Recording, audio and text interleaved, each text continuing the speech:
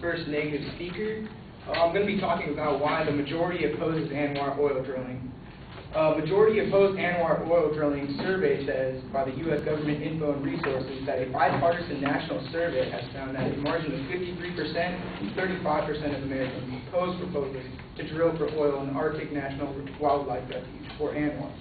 The bipartisan telephone poll of 1,003 registered voters was conducted January 13 through 17, 2005 by Republican firm Welder Research and Democratic pollsters Lake, Snell, Geary, and Associates for the Alaska Coalition, an alliance of national and local groups who favor protection of the Arctic National Refuge. And other polls have shown that Americans want the oil companies to just keep their drills out of the Arctic Refuge, said Carl Pope, Sierra Club exclusive director. Americans are concerned about the irreparable damage to the wildlife from drilling, and they know that there are places like the Arctic Refuge that are just too special to sacrifice. Another resource I found was National Resources Defense Council on the Arctic National Wildlife Refuge. Congress has received hundreds and thousands of emails, faxes, and telephone calls from the citizens opposed to drilling in the Arctic Refuge. An outpouring that has helped make a difference, and polls have consistently shown that a majority of Americans oppose drilling even in the face of high gas prices and misleading claims from oil interests. A June 2008 poll by Research, Belden, Rizano, and Stewart found that 55% of Americans public supports continued protection for the Arctic Refuge, and 35% of Americans believe that allowing companies to drill in the refuge would result in lower gas prices.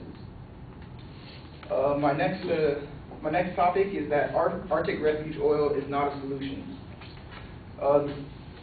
www.Anwr.Mpg states, what would Americans gain by allowing heavy industry into the refuge? Very little. Oil from the refuge would hardly make a dent in our dependence on foreign oils, leaving our economy and way of life as exposed to wild things in the worldwide oil prices and supply as it is today. The truth is we simply can't drill our way into oil energy dependence. Barack Obama, the U.S. Senator, stated in article titled Presidential Candidates, I strongly reject drilling in the Arctic National Refuge because it would irreversibly damage a protected national wildlife refuge without creating sufficient oil supplies and to meaningfully affect the global market prices and have a discernible impact on the U.S. energy security. Cynthia McKinney, former U.S.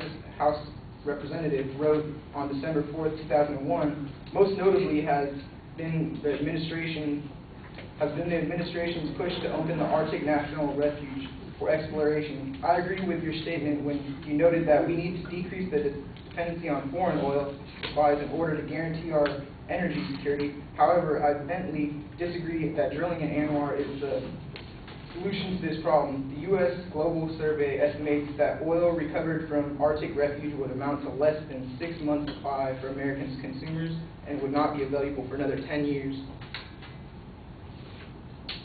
As I come to my next source, which is no drilling in Anwr, which is www.letterstothepresident.org, I found along with not producing major amounts of oil, the drilling in Anwr would not help us immediately because the projects would take a long time to come online.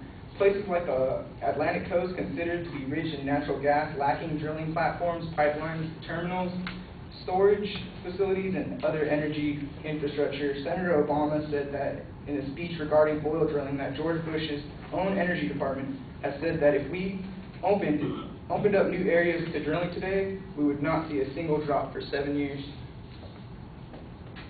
Okay, now why oil drilling is a harmful effect towards the habitat.